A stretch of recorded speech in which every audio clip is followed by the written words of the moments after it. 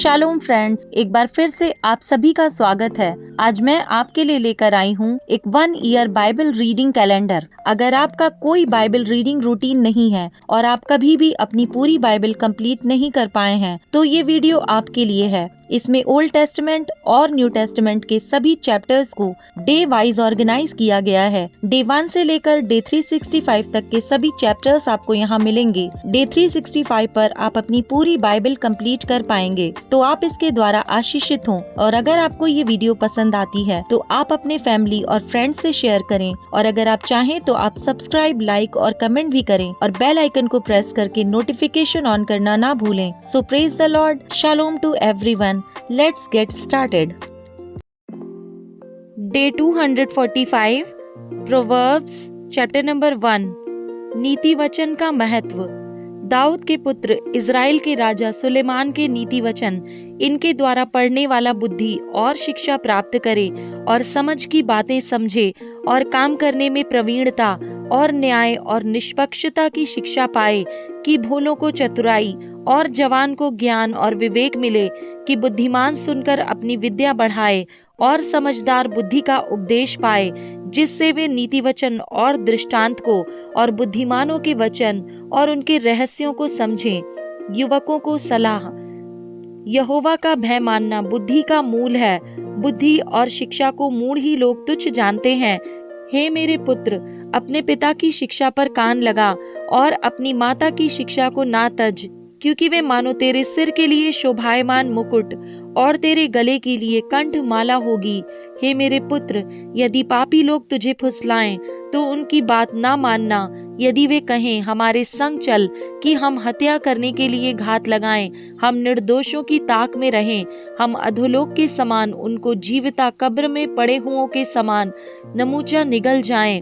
हमको सब प्रकार के अनमोल पदार्थ मिलेंगे, हम अपने घरों को लूट से भर लेंगे। तू हमारा साझी हो जा, हम सबों का एक ही बटुआ हो। तो हे मेरे पुत्र, तू उनके संग मार्ग में ना चलना, वरन उनकी डगर में पांव भी ना रखना, क्योंकि वे बुराई ही करने को दौड़ते हैं और हत्या करने को फुर्ती करते हैं। क्योंकि पक्षी के देखते हुए जाल फैलाना व्यर्थ होता है, और ये लोग तो अपनी ही हत्या करने के लिए घात लगाते हैं और अपने ही प्राणों की घात में रहते हैं। सब लालचियों की चाल ऐसी ही होती है, उनका प्राण लालच ही के कारण नष्ट हो जाता है। बुद्धि की पुकार। बुद्धि सड़क में ऊंचे स्वर से बोलती है और चौकों में प्रचार करती है। वह बाजारों में भीड़ में पुकारती है, वह फाटकों के बीच में और नगर के भीतर भी ये बातें बोलती है। हे भोले लोगों, तुम कब तक भोलेपन से प्रीति रखोगे? हे ठट्ठा करने वालों, तुम कब तक ठट्ठा करने से प्रसन्न रहोगे? हे मूर्खों, तुम कब तक ज्ञान से बैर रखोगे? तुम मेरी डांट सुनकर मन फिराओ। सुनो, मैं अपनी आत्मा तुम्हारे लिए उंडेल दूंगी, मैं तुमको अपने वचन बताऊंगी। मैंने तो पुकारा परंतु तुमने इनकार किया, और मैंने हाथ फैलाया परंतु किसी ने ध्यान ना दिया। वरन तुमने मेरी सारी सम्मति को अनसुनी किया और मेरी ताड़ना का मूल्य ना जाना। इसलिए मैं भी तुम्हारी विपत्ति के समय हंसूंगी, और जब तुम पर भय आ पड़ेगा, वरन आंधी के समान तुम पर भय आ पड़ेगा, और विपत्ति बवंडर के समान आ पड़ेगी, और तुम संकट और सकेती में फंसोगे। तब मैं ठट्ठा करूंगी। उस समय वे मुझे पुकारेंगे और मैं ना सुनूंगी। वे मुझे यत्न से तो ढूंढेंगे परंतु ना पाएंगे, क्योंकि उन्होंने ज्ञान से बैर किया और यहोवा का भय मानना उनको ना भाया। उन्होंने मेरी सम्मति ना चाही, वरन मेरी सब ताड़नाओं को तुच्छ जाना। इसलिए वे अपनी करनी का फल आप भोगेंगे और अपनी युक्तियों के फल से अघा जाएंगे। क्योंकि भोले लोगों का भटक जाना उनके घात किए जाने का कारण होगा, और निश्चिंत रहने के कारण मूढ़ लोग नष्ट होंगे। परंतु जो मेरी सुनेगा वह निडर बसा रहेगा और बेखटके सुख से रहेगा। Proverbs chapter number 2। बुद्धि का नैतिक लाभ। हे मेरे पुत्र, यदि तू मेरे वचन ग्रहण करे और मेरी आज्ञाओं को अपने हृदय में रख छोड़े, और बुद्धि की बात ध्यान से सुने और समझ की बात मन लगाकर सोचे, और प्रवीणता और समझ के लिए अति यत्न से पुकारे, और उसको चांदी के समान ढूंढे और गुप्त धन के समान उसकी खोज में लगा रहे, तो तू यहोवा के भय को समझेगा और परमेश्वर का ज्ञान तुझे प्राप्त होगा, क्योंकि बुद्धि यहोवा ही देता है। ज्ञान और समझ की बातें उसी के मुंह से निकलती हैं। वह सीधे लोगों के लिए खरी बुद्धि रख छोड़ता है। जो खराई से चलते हैं उनके लिए वह ढाल ठहरता है। वह न्याय के पथों की देखभाल करता और अपने भक्तों के मार्ग की रक्षा करता है।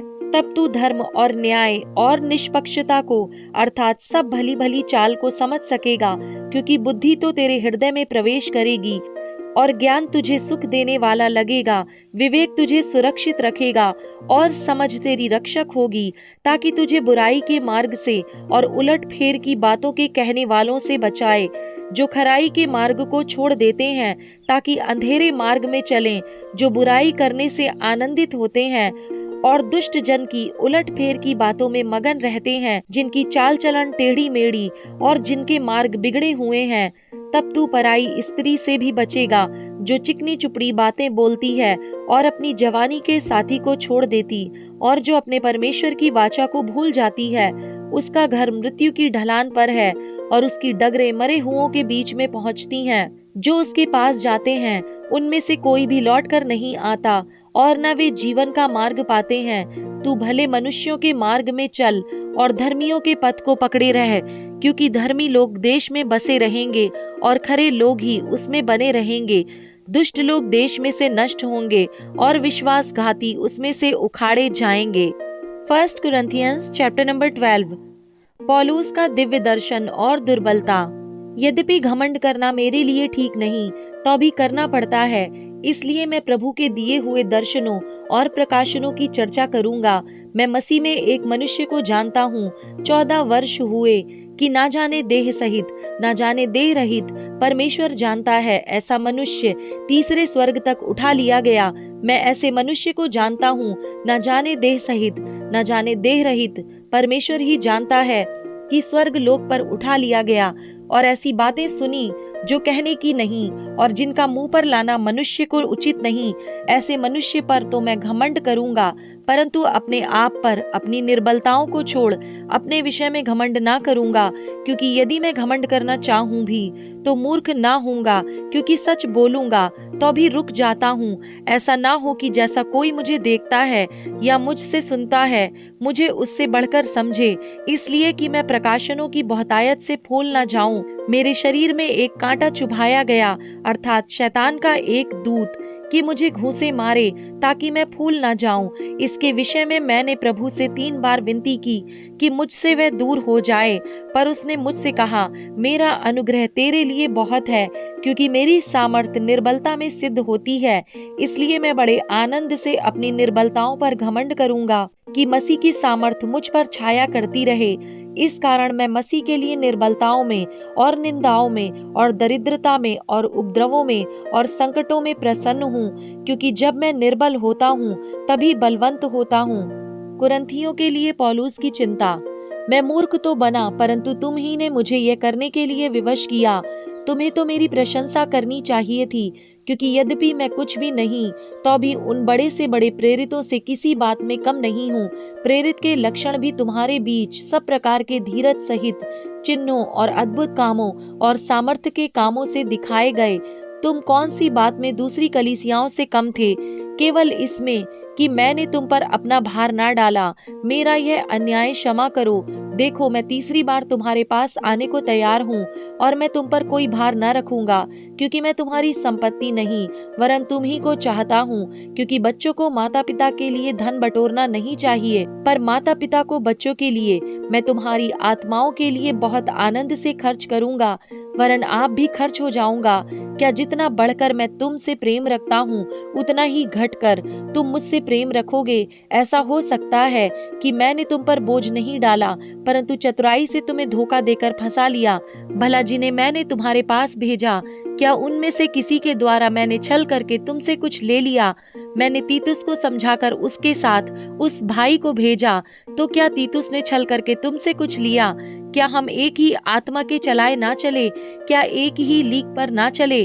तुम अभी तक समझ रहे होगे कि हम तुम्हारे सामने प्रत्युत्तर दे रहे हैं। हम तो परमेश्वर को उपस्थित जानकर मसीह में बोलते हैं, और हे प्रियो, सब बातें तुम्हारी उन्नति ही के लिए कहते हैं, क्योंकि मुझे डर है कहीं ऐसा ना हो कि मैं आकर जैसा चाहता हूँ वैसा तुम्हें ना पाऊं, और मुझे भी जैसा तुम नहीं चाहते वैसा ही पाओ, और तुम में झगड़ा, डाह, क्रोध, विरोध, ईर्ष्या, चुगली, अभिमान और बखेड़े हों, और कहीं ऐसा ना हो कि मेरा परमेश्वर मेरे फिर से तुम्हारे यहाँ आने पर मुझ पर दबाव डाले, और मुझे बहुतों के लिए फिर शोक करना पड़े, जिन्होंने पहले पाप किया था, और गंदे काम और व्यभिचार और लुचपन से जो उन्होंने किया मन नहीं फिराया।